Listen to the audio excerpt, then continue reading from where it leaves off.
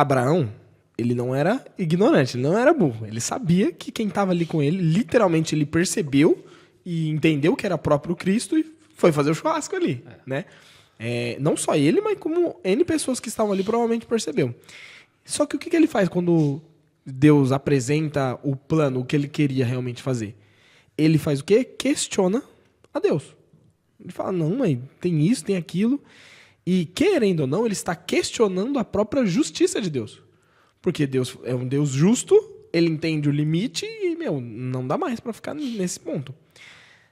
Como que vocês veem? Por que Deus aceita ter essa justiça dele questionada? Por que ele dá essa abertura? Mas ele é Deus, entendeu?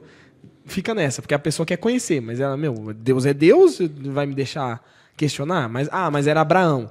Abraão era Abraão, tinha um relacionamento e tudo mais, eu sou eu, sabe? Pior pecador ou algo do tipo. O que vocês veem isso? Eu vejo o seguinte, você falando aqui, eu vou trazer a seguinte analogia. Eu convivo com o Joe, certo? Uhum. O Joe tem uma característica, tem uma personalidade. E eu começo a ficar parecido com algumas coisas, algumas formas dele pensar, eu começo também a agir. Beleza?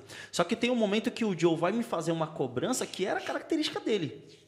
Então eu vou persuadir com ele, falar, Joe, mas cara, você era um cara tão amoroso, mano. Calma, perdoa aquele irmão lá que errou com você. Não, cara, eu tô bravo. Mas isso de falar para ele perdoar é dele. Entende? Vai ficar um pouco confuso, mas eu vou chegar lá. Então, eu acho que Abraão tinha um relacionamento tão profundo com Deus, que essa persuasão de querer salvar as pessoas não veio dele, veio de Deus. O relacionamento que ele tinha tanto com Deus. Então, essa questão de falar, Senhor, se lá tiver 50, se lá tiver 40, se lá tiver 20, 30, Deus viu o coração dele. Que é algo característica de quem? Do próprio Deus. Então, eu entendo que Deus ele recebeu essa persuasão, esse confronto de Abraão, porque ele já estava andando com Deus. Né? Eu ainda vou um pouco mais fundo, cara. Boa. Sabe? Deus não criou a gente como sendo um monte de robozinho. Nós temos aqui a nossa, como é que fala, o nosso livre-arbítrio. A gente tem uma linha de pensamento. Eu sou de uma época, você é de outra, ele é de outra, e cada um veio de pais diferentes. Então nós temos aqui ideias diferentes, modos de vida diferentes, profissões diferentes, tudo diferente. Então quando você junta esse povo tudo, imagine aí, 8 bilhões de habitantes no planeta Terra. É muita gente, cara. Muita gente. Cada um pensando de um jeito. E Deus consegue entender todos eles. E me entender também. Aí eu fico imaginando o seguinte, quando eu tinha quando a minha filha era pequena, a Mayara. Quando ela era pequena, ela sempre foi muito teimosa. E sempre foi muito bocuda. E a gente falava assim, filha... Eu acho que é das meninas isso, viu? É próprio. Em casa tem uma assim também, viu? Eu tô vendo a Manu aqui já. Pois é. E aí tava um calorão em casa e a gente tinha um ventiladorzinho, aquele que na verdade é um circulador de ar. Entendeu? E a gente falava, e ela ficava olhando aquela grade virando assim pro vento ir para lá e para cá, tal. E ela ia com o dedinho, cara. E eu falava: "Filha, não põe o dedinho aí". E ela ficava olhando para minha cara. E aí ela ia com aquele dedinho pequenininho, cara, coisinha mais linda que é o dedo de uma menina, né, cara? Tem 3 aninhos, 2 aninhos. Filha, não põe o dedo aí. Filha, não põe o dedo aí. Eu falei para ela umas 15 vezes ou mais, não sei quantas vezes. Até que teve uma hora que eu estava distraído e escutei o dedo dela no ventilador. Ela soltou um berro, um grito e o dedo dela cortou, tadinha. Eu, como pai, que sou pecador, que sou como é que fala? Não sou Deus, né? Eu morri de dó da minha filha, cara. Eu falei, só que eu não podia fazer nada. Foi a teimosia dela que levou ela a sentir aquela dor no dedo dela. E eu fico imaginando o próprio Deus quando ele olha pra gente. Ele fala, cara, não faz isso. Está escrito na Bíblia para você não fazer isso. Não faz, não faz, não faz. E a gente está teimando.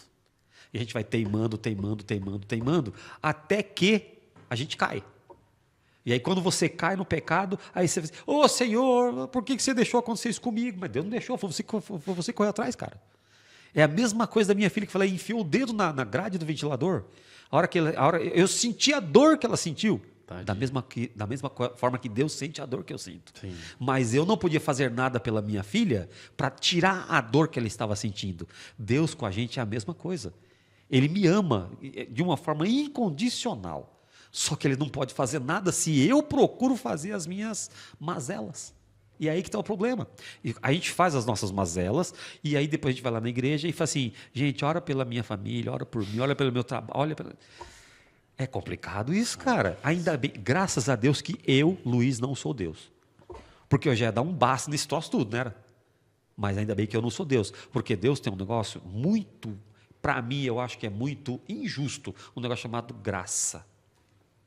A graça de Deus, na minha visão de vida, é muito injusta, cara. Porque você tem direito... De um lado, né? Não, na minha visão. Estou falando na visão do Luiz aqui. Por quê?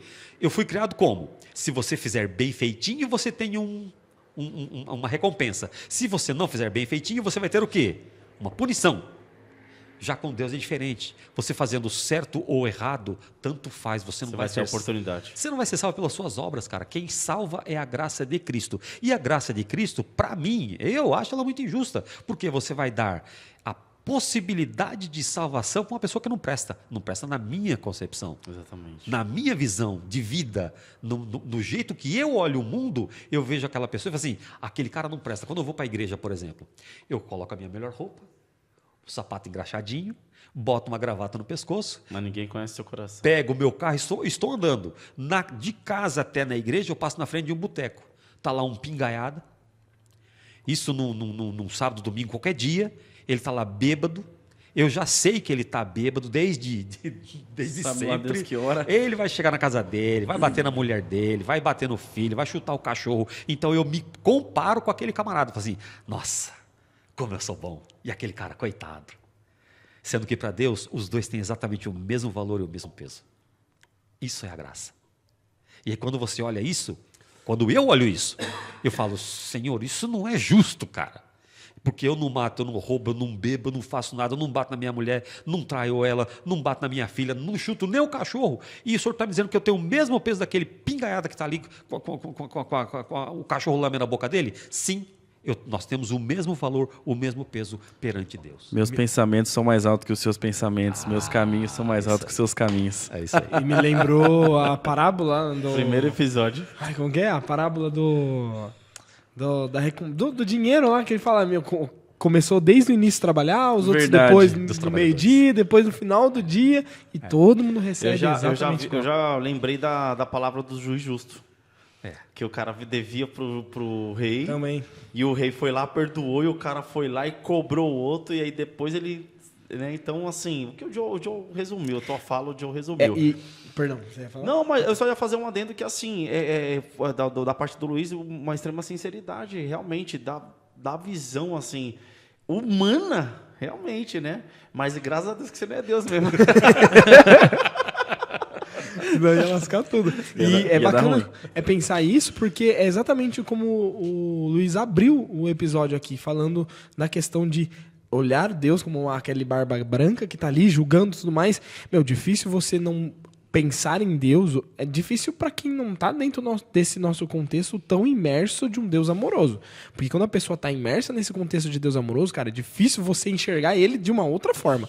Sim. Agora, o normal, eu vou falar a palavra mundo, porque aqui o planeta mesmo, a sociedade de hoje, é normal pintar um Deus de julgamento, um Deus tirano que tá pronto, disposto a acabar com a nossa vida e olhar pra gente com um lado ruim 100%.